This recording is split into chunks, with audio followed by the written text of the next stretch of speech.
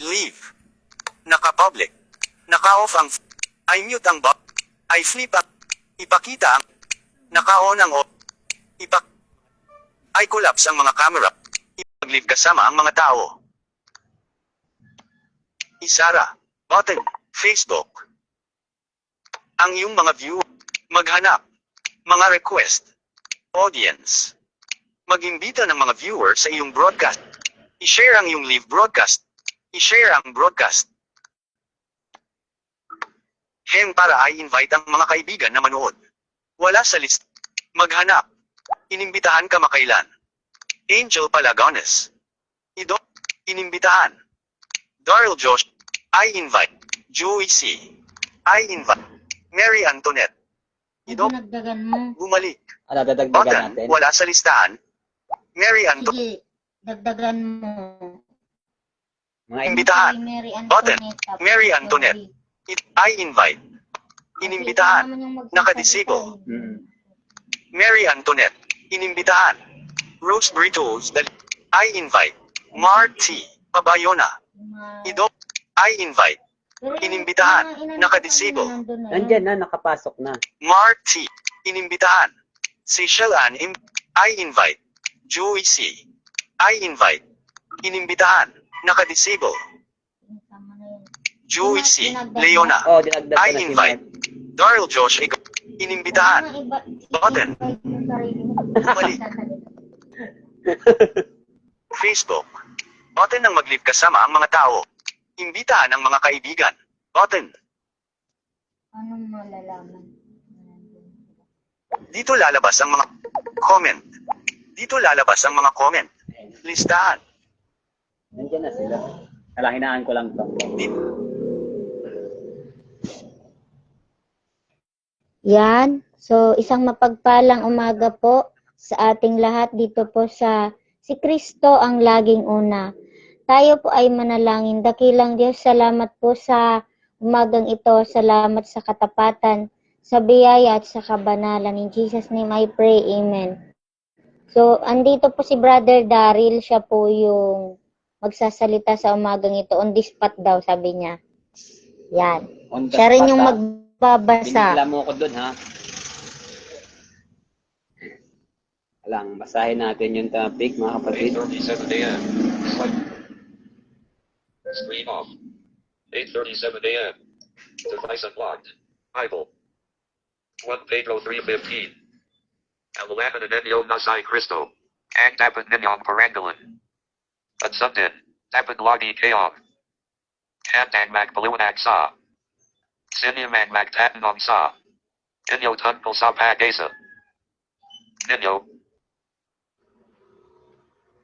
No, ito yung Share. Double Ah. tap to activate. Tag. napakagandang topic na Source launcher. sinulat ni Apostol Pedro. Screen off. Dapat lagi tayong handa na ipaliwanag, no, yung ano man yung kung paano man tayo naglilingkod sa Diyos, ano yung mga kailangan natin gawin. Ito yung ipakita natin na yung pag-asang taglay-taglay natin sa buong buhay natin na naglilingkod tayo sa Diyos. Hindi dapat tayo mawalan ng tiwala. Lagi-lagi 100%. Kung may 200% na tiwala, magtitiwala tayo. Dapat mas lumalago tayo spiritually. Dahil pag lumago tayo spiritually, kasama na yung physical dun. Okay lang manghina yung physical mo, wag lang yung spiritual.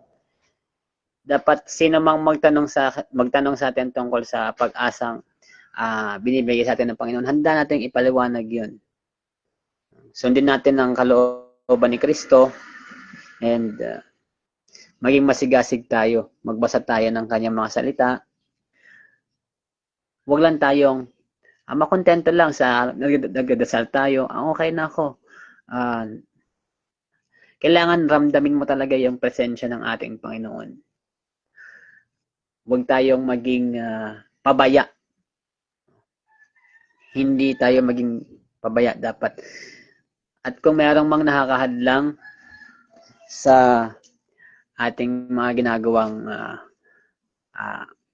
mga activity about sa paglilingkod sa ating Panginoon, iwasan natin yung mga hadlang na yan. Kasi kapag nagpadala ka sa mga hadlang, ang kaaway gagamitin ng Panginoon. Or gagamitin yan ng para subukin ka. No? Pagsubok ang dadalisay sa ating lahat. Dahil dito na makikita ng Panginoon ang tunay na kadalisayan ng ating kalooban. Parang yung ginto, 'di ba? Para malaman 'yan kung puro yung gold ay pinapadaan sa apoy yan. Ganon din tayo bilang isang mananampalataya. Dadalisayan tayo sa apoy. Susubukin tayo sa kung ano-anong trials. Kasi kapag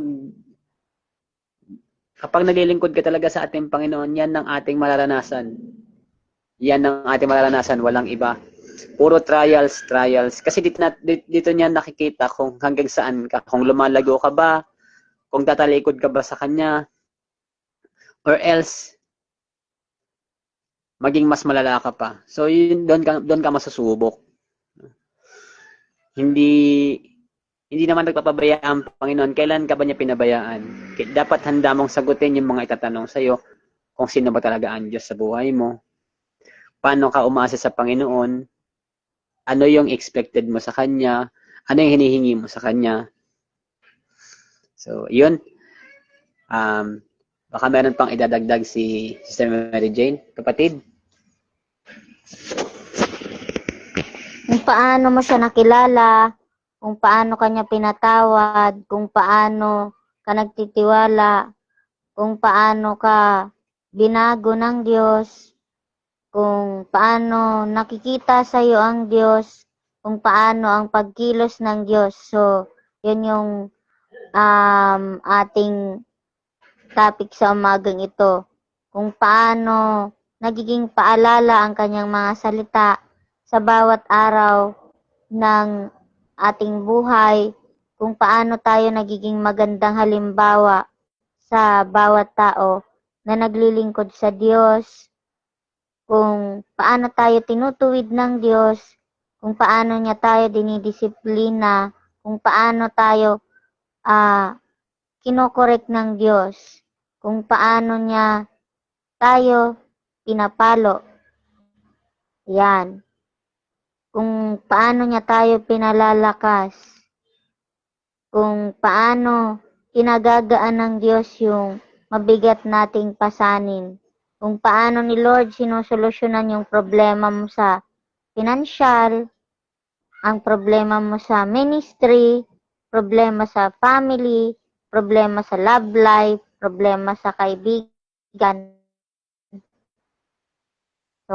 At kung paano tayo nagtitiis sa lahat ng hirap sa mundong ito, kung paano tayo pinipersecute ng mga tao sa ating paglilingkod, kung paano tayo nakakalampas sa lahat ng pagsubok na ibinibigay niya sa atin. At kung paano natin nahaharap yung mabibigat na sitwasyon ng buhay natin. Yes. Kung paano tayo tinuturo ang maging positive sa buhay. Yon. So, yun ang ating Panginoon. Ganyan siya kadakila. Kasi mga kapatid, matatandaan natin, may mga tanong tayo at paulit-ulit na nangyayari to sa ating mananampalataya. Amen, kapatid? Amen. Na, akala ko ba kapag ang pangako ng Panginoon, kapag naglingkod tayo sa Kanya, sasaya buhay natin. Hindi yun ang basihan, kapatid. Basihan yun para subukin tayo. No? Ang kailangan lang, sumampalataya ka sa Kanya. Ibigay mo yung the best na tiwala, 100% na tiwala para sa ating Panginoon. Bilang pinaka-the best offer, mas higit pa sa offer yung pagtitiwala sa Kanya. Napakagandang isipin na pagkatiwalaan natin siya sa lahat ng mga problema natin, sa lahat ng mga trials natin, sa lahat-lahat sa buhay natin, ipagkatiwala natin. Kumbaga, ang Panginoon ng nagmamaneho sa ating buhay. Siya na ang driver ng ating buhay, kumbaga sa mga sasakyan. At kapag ang Panginoon ang nagmaneho sa ating buhay, narito yung blessing pag patuloy tayong sumampalataya sa Kanya. So, bilang pagtatapos, anyanyahan ko yung ating kapatid na ipag-pray tayo sa close. Salamat, Panginoon, sa natapos na banal na gawain. Salamat sa kabutihan mo.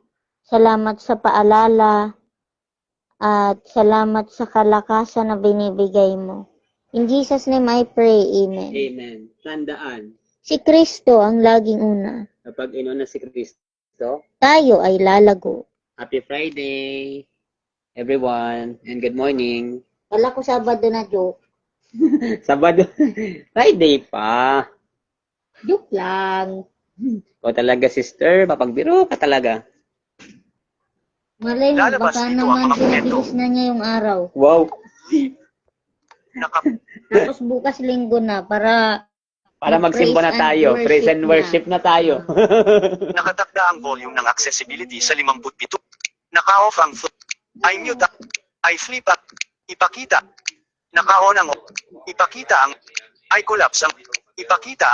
Button ng mag-leave kasama. Imbitahan ang comment. Tapusin.